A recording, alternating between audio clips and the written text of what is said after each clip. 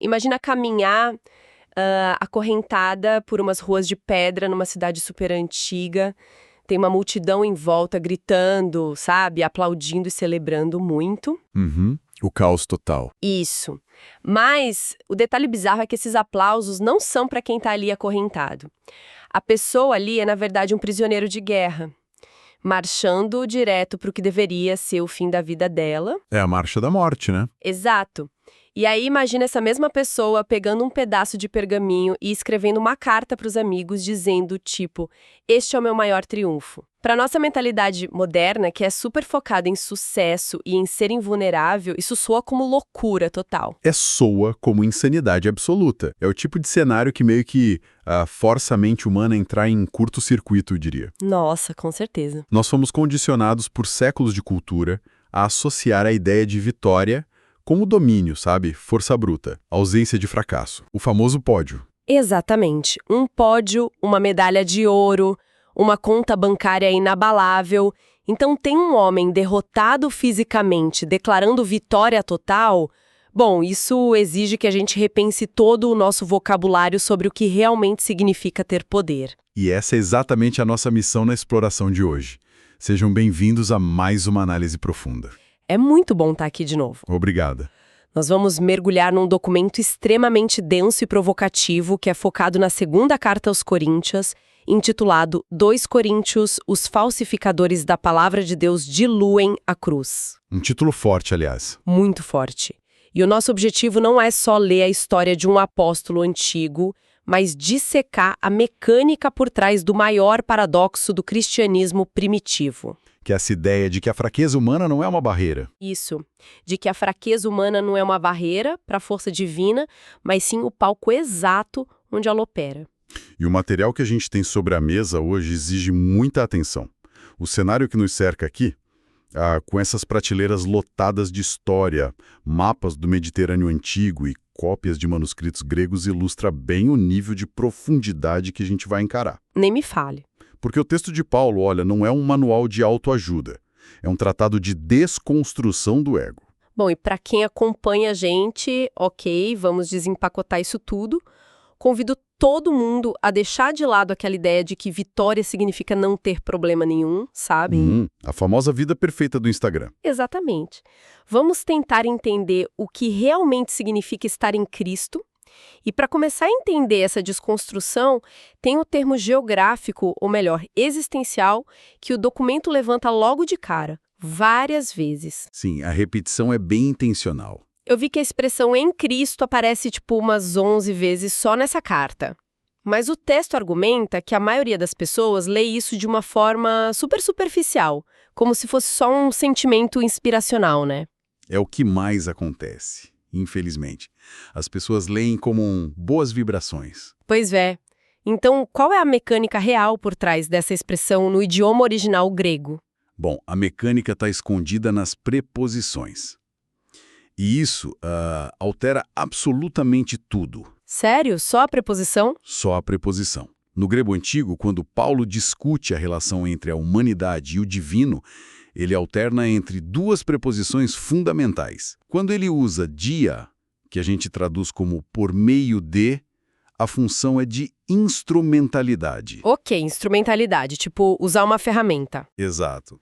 É ver Jesus como a ponte, o canal de acesso. É um recurso que você usa para chegar a algum lugar. Mas quando a gente chega em 2 Coríntios, ele ancora a teologia dele no ento Cristo, que significa em Cristo. E qual a implicação prática de mudar o por meio para o em? Muda tanta coisa assim? Muda o universo inteiro. A preposição en, que está associada ao que a gente chama de caso dativo no grego, não descreve um meio para atingir um fim. Ela descreve uma esfera, uma localidade. Um endereço, basicamente. Perfeito, um endereço, uma realidade ontológica. Não significa ter uma força superior te ajudando do lado de fora, sabe? Como um técnico de futebol orientando um atleta da beira do campo. Ah, entendi. significa estar habitando dentro de um novo ecossistema. Olha, eu confesso que realidade ontológica soa como um conceito acadêmico bem distante para mim. Pode soar um pouco hermético. Mas tentando trazer isso para o chão, é como se a natureza humana estivesse presa num planeta onde a atmosfera se tornou totalmente tóxica, certo? Uhum. Excelente imagem. Então não basta a pessoa tentar respirar fundo ou fazer exercício pulmonar para melhorar. Não vai adiantar. A única solução é ser transportada para um ecossistema completamente novo, com uma gravidade diferente e um ar diferente. Estar em Cristo seria esse novo ecossistema inalável. Nossa, é uma analogia super precisa. O que é fascinante aqui é que, nesse ambiente tóxico inicial, o esforço humano é inútil. E Paulo ilustra essa dependência do novo ambiente com uma metáfora muito crua no capítulo 4. A do vaso? Essa mesma. O tesouro em vasos de barro. O tesouro é essa presença indescritível e esse poder do novo ambiente. E o vaso de barro seria a gente. A condição humana, sim. O barro é comum, barato, não tem valor intrínseco de mercado e, acima de tudo, é extremamente frágil. Quebra por qualquer coisa. O que, parando para pensar, levanta uma questão bem desconfortável, né? Qual?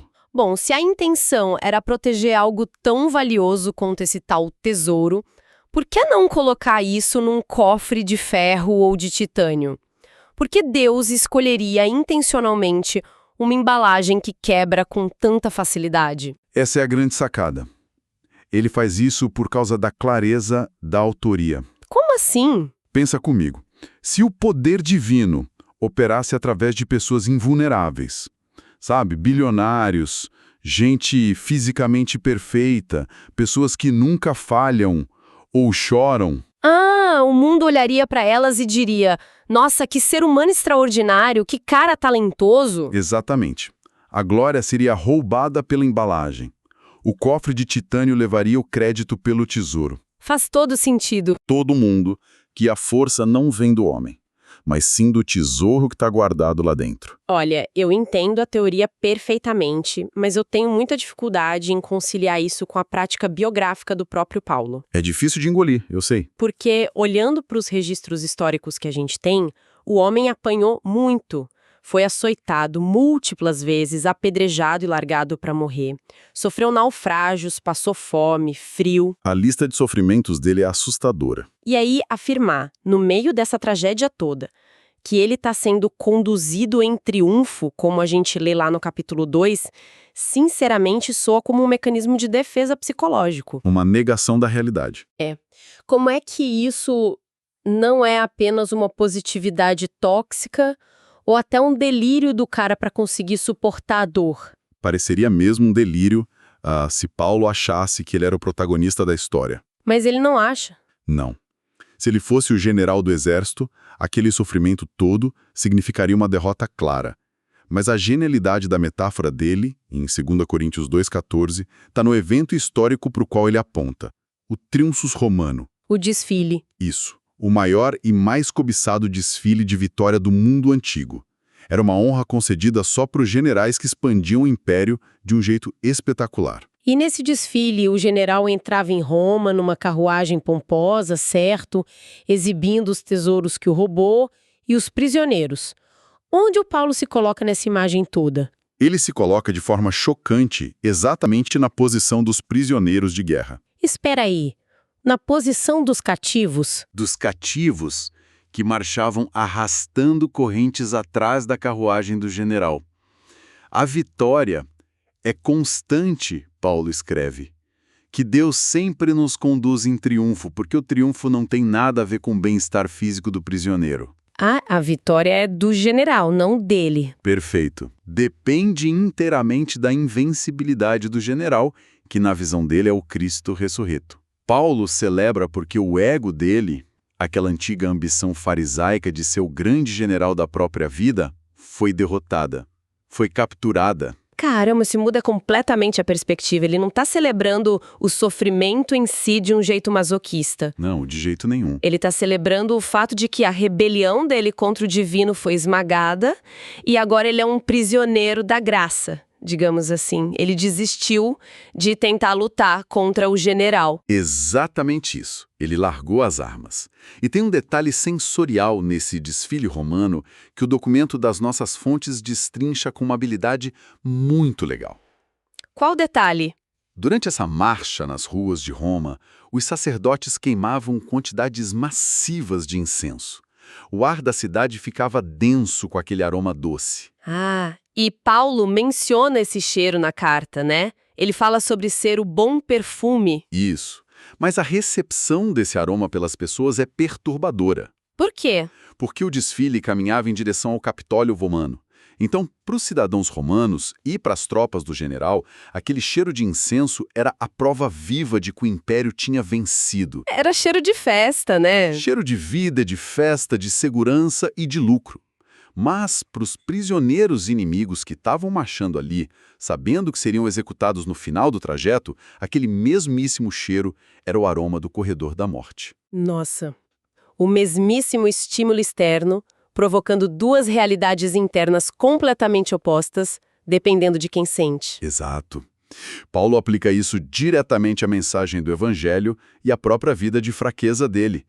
Para aqueles que estão se salvando, ver um apóstolo sofrendo, apanhando, mas ainda amando e pregando, exala o aroma da vida de Deus. E para o outro grupo? Para aqueles que estão presos na lógica de poder deste mundo, governados pelo que Paulo chama de o Deus deste século, ver alguém renunciar aos próprios direitos e sofrer pela verdade soa como pura loucura. Soa como uma fraqueza patética. Exato.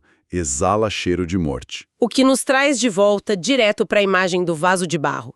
Por quê? Para que esse perfume intenso do incenso pudesse ser sentido pelas ruas de Roma, a resina precisava ser esmagada e queimada, não é? Pois sem fogo e fricção, não tem cheiro. Sem atrito não há aroma.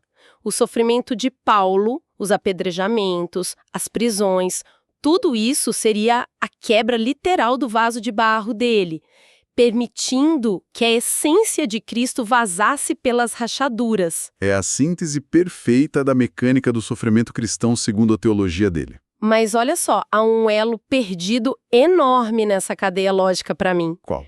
Ninguém acorda de manhã, toma um café e decide alegremente: hoje eu quero ser o prisioneiro derrotado no desfile de outra pessoa. Não é uma meta de vida comum. Ou tipo, eu adoraria ter o meu vaso de barro esmagado hoje. Para que alguém chegue a esse nível de desapego, onde a dor não destrói a identidade básica da pessoa, uma ruptura psicológica e espiritual muito profunda precisa ter acontecido antes. Concorda? Sem dúvida. Então, como ocorre essa transição? Se conectarmos isso a um cenário maior, essa ruptura é exatamente o núcleo da teologia que a gente encontra em 2 Coríntios 5. O texto nos dá a chave para entendermos como o apóstolo processa a realidade ao redor. E qual é essa chave? No versículo 16, Paulo introduz a nova lente através da qual ele enxerga o universo inteiro. Ele diz que, a partir de agora, não conhece mais ninguém segundo a carne. A expressão grega ali é katasarka. Segundo a carne significaria olhar para as credenciais humanas de alguém? Tipo o currículo, a beleza física, a conta bancária. Tudo isso é a métrica do mundo visível, a nossa fita métrica padrão. Paulo diz que não usa mais essa fita métrica para avaliar o valor de ninguém, nem mesmo o valor dele próprio. E a razão para essa mudança tão radical está nos versículos anteriores, onde ele constrói a lógica da dupla morte. A morte objetiva e a morte subjetiva. Isso. Esse é um dos pontos mais técnicos do documento das nossas fontes. Como nós podemos diferenciar claramente o que é o aspecto objetivo do subjetivo de um jeito simples? Bom, a morte objetiva é o fato histórico, puro e simples. Lá no Gólgota, há 2 milênios, o homem chamado Jesus de Nazaré foi crucificado e morreu fisicamente. Um evento datado. Exato. Isso é objetivo. Aconteceu no espaço-tempo, totalmente fora de qualquer experiência nossa. Mas o aspecto subjetivo é a nossa assimilação desse fato. Como a gente absorve isso? Paulo escreve uma frase de explodir a cabeça. Se um morreu por todos, logo todos morreram. Quando o ser humano entra naquele novo ecossistema que falamos antes, o en tó Christo, a morte da cruz deixa de ser só a morte de um mártir judeu antigo e se torna a morte legal e espiritual do velho eu dessa pessoa. É o fim de uma linhagem inteira, então. Precisamente. O documento explora isso de uma forma fascinante, fazendo um paralelo entre a primeira e a segunda carta aos Coríntios. Eles criam uma espécie de trilogia sobre a história da humanidade. O primeiro Adão, o último Adão e o segundo homem. Acho super importante a gente detalhar como essa necrose espiritual começou e terminou. O conceito de necrose espiritual é vital para não se perder aqui. No Éden, a rebelião do primeiro Adão cortou a fonte da vida. O ser humano não caiu morto fisicamente no instante exato em que comeu do fruto, mas o espírito dele entrou em necrose. Ele foi desconectado da tomada. Perfeito. Tirado da tomada. Toda a humanidade nascida dessa linhagem já nasce nesse estado de desconexão. A gente tenta sobreviver apenas com a energia residual da própria biologia e do nosso intelecto. E a religião tradicional, historicamente falando, tenta resolver isso focando em melhorar o comportamento dessa linhagem que está em necrose. É o tal do esforço moral humano. O famoso tente ser uma pessoa melhor. É aqui que a coisa fica realmente interessante, sabia? Porque eu gosto de pensar nisso através de uma analogia mecânica. Manda ver. É como ter um carro velho, enferrujado, cujo motor está completamente fundido. O primeiro Adão é esse carro. A moralidade tenta encerar a lataria, trocar os pneus e talvez fazer uma chupeta na bateria para ver se o motor pega no tranco por alguns quilômetros. É uma tentativa de reforma externa, mas mantendo a estrutura interna totalmente falida. Exato. Mas aí entra a figura que Paulo chama de último Adão, lá em 1 Coríntios 15, e a nomenclatura é muito específica. Ele não chama Jesus de segundo Adão na cruz, ele o chama de último Adão. Tem um motivo forte para isso. Sim, a mensagem do Evangelho não é mandar o carro velho para a oficina do bairro. É colocar o próprio Jesus no volante desse carro enguiçado e mandar ele direto para a prensa do ferro velho, na cruz. Acabou. O último Adão encerra a linhagem defeituosa ali mesmo. Olha, a precisão teológica dessa sua analogia é imensa, porque explica exatamente o que significa ficar no túmulo com ele. O que a ressurreição traz não é o modelo antigo consertado com fita adesiva. É por isso que, quando Cristo ressuscita, Paulo muda a nomenclatura de novo para segundo homem. Uma nova linhagem. É uma espécie inédita, um veículo com uma propulsão completamente nova de natureza celestial. O vaso de barro ainda é o mesmo do lado de fora. A carroceria ainda amassa se bater. Mas quem o habita e quem dirige é o segundo homem. Sabe qual é o grande atrito dessa teologia, na minha opinião? É que a natureza humana detesta profundamente a ideia do ferro velho. Ah, detesta. A gente odeia perder o controle. Nós amamos o nosso carro velho. Queremos continuar no banco do motorista a qualquer custo. Então, se o Evangelho é essa mensagem brutal sobre a execução do ego, a anulação completa dos nossos méritos pessoais, é muito previsível que o mercado religioso procure maneiras de suavizar o impacto disso, né? Claro. As pessoas fogem desesperadamente daquilo que as condena à morte. Então surgem os falsificadores. Essa aversão natural à cruz é a ponte direta para o grande alerta que Paulo faz no capítulo 2 de 2 Coríntios. Ele denuncia os falsificadores da palavra de Deus. O documento dedica uma boa parte da análise a expor quem eram essas pessoas e o que elas faziam. O texto grego utiliza a palavra kapeleontes, não é? E não é um termo religioso, correto? Pelo que o documento descreve, era um termo comercial do submundo das ruas antigas. Sim, era uma palavra super comum para designar mascates. E especialmente os donos de tabernas e vendedores de vinho sem escrúpulos da época. Os que batizavam a bebida. Isso.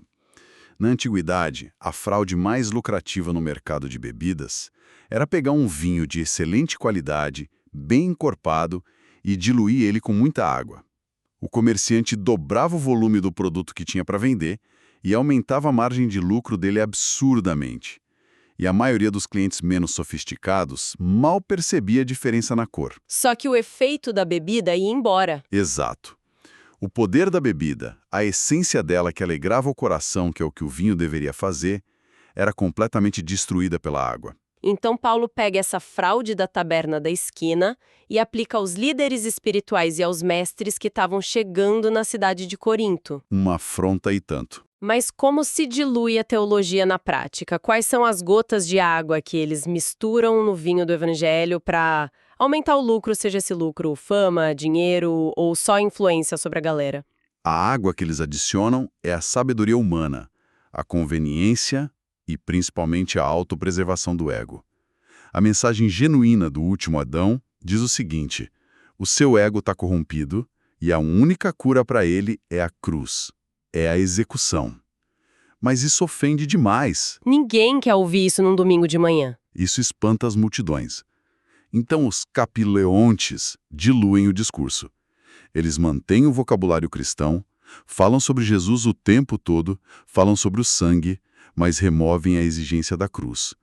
Eles transformam o evangelho num projetinho de reforma moral, numa terapia de autoajuda espiritualizada. É uma transação cirúrgica, né? Eles pegam o sangue de Cristo, porque todo mundo adora a ideia de ter os pecados perdoados, e a consciência aliviada de toda a culpa. O perdão é um produto muito fácil de vender no mercado. Vende que nem água. Mas eles descartam a cruz de Cristo, porque a cruz não perdoa pecados, ela mata o pecador. Ela exige a renúncia total da autonomia. Você resumiu perfeitamente. A falsificação oferece o bônus sem o ônus. Eles dizem para a audiência: Deus quer fazer de você o melhor vencedor possível neste mundo material agora mesmo. É o extremo oposto daquele desfile de prisioneiros que o Paulo descreveu e vivia. E é super perturbador quando a gente analisa isso a fundo, porque o documento das nossas fontes liga essa estratégia de diluição ao evento mais antigo da história da humanidade. O que esses falsificadores fazem em Corinto não é nenhuma inovação moderna, é o mesmíssimo plano de negócios da serpente lá no Jardim do Éden. A fraude original, a gente poderia dizer. Sim, lá no Éden, a palavra de Deus foi claríssima e não diluída. Foi dito: no dia em que dela comeres, certamente morrerás. Ponto. A morte objetiva e a necrose espiritual. Mas o que a serpente fez? Ela foi a primeira capelontes. Ela atuou como a primeira falsificadora, ela diluiu a palavra. Ela inseriu uma única partícula de negação na frase original. Certamente não morrerás. E depois ainda acrescentou o elemento que afaga o ego. Sereis como Deus. É o mesmo roteio. E a mensagem moderna diluída repete isso toda semana nos púlpitos e nas redes sociais. Você não precisa perder a sua vida. Você pode manter o controle do seu destino e ainda ter a bênção divina como um acessório a mais para o seu sucesso pessoal. Isso levanta uma questão importante sobre a psicologia humana que a gente precisa refletir. Essa mensagem diluída permite que os indivíduos se reúnam aos pés da cruz. Estar aos pés da cruz é uma posição poética, sabe? Bem romântica. Sim, confortável. Ali, a pessoa consegue admirar o sacrifício de Jesus de longe, chorar de gratidão pelo perdão recebido e, meia hora depois, ir para casa e continuar sendo o rei ou a rainha do próprio universo. O ego permanece intacto, só fica um pouco mais aliviado da culpa. A pessoa vira uma mera espectadora de um espetáculo externo, né? Precisamente. Ela aplaude, mas não participa da morte. Mas a mensagem pura, o vinho não diluído que Paulo prega e que ele vive na própria pele, não convida ninguém a ficar aos pés da cruz tirando foto. Ela convida a estar na cruz. Estou crucificado com Cristo, é o que ele diz lá em Gálatas, não é? Isso. E isso significa o fim da administração autônoma da própria vida.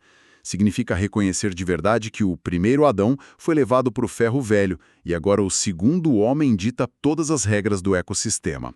É exatamente por isso que a teologia de Paulo atrai tão pouco mercado de massas. Faz sentido. O ser humano foge aterrorizado do seu próprio funeral. Sempre fugiu. Então, o que tudo isso significa?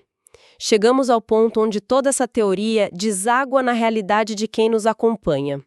Afinal, por que passar tempo desenterrando o significado de preposições gregas, desfiles de generais romanos e os esquemas de comerciantes de vinho da antiguidade?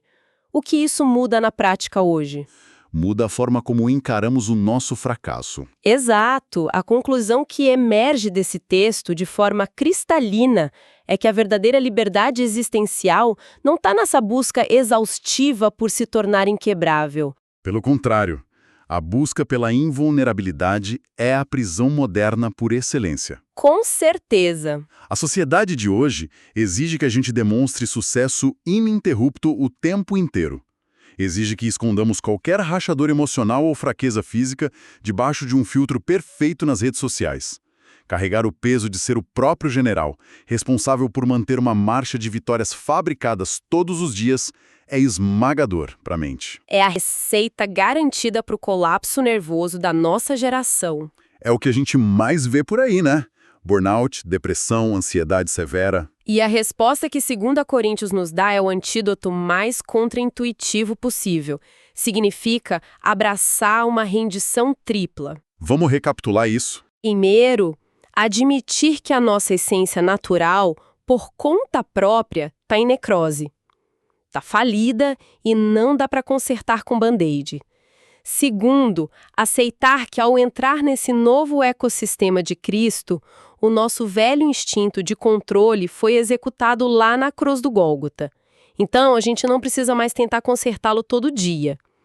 E terceiro, e talvez o mais difícil, viver o nosso cotidiano compreendendo que as nossas rachaduras, as nossas falhas, doenças ou dores não são provas de que fomos abandonados pelo divino. Isso é libertador. São só as fendas, as aberturas, por onde a resiliência desse segundo homem transborda e exala o incenso da vida de Deus por aí. Olha, quando essa realidade finalmente se assenta na mente da pessoa, o alívio é profundo.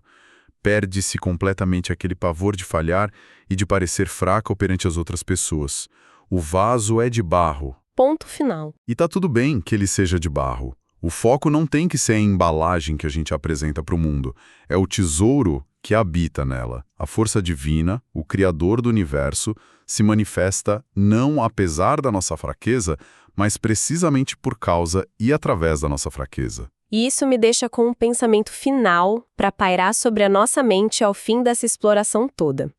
Se o texto aponta que a própria identidade eterna de Deus está indissociavelmente ligada à vulnerabilidade e ao sacrifício, sendo Cristo retratado como o cordeiro que vence ao ser morto, o general que conquista ao se esvaziar de si mesmo, sim, o paradoxo supremo, nós precisamos urgentemente questionar as nossas estruturas diárias.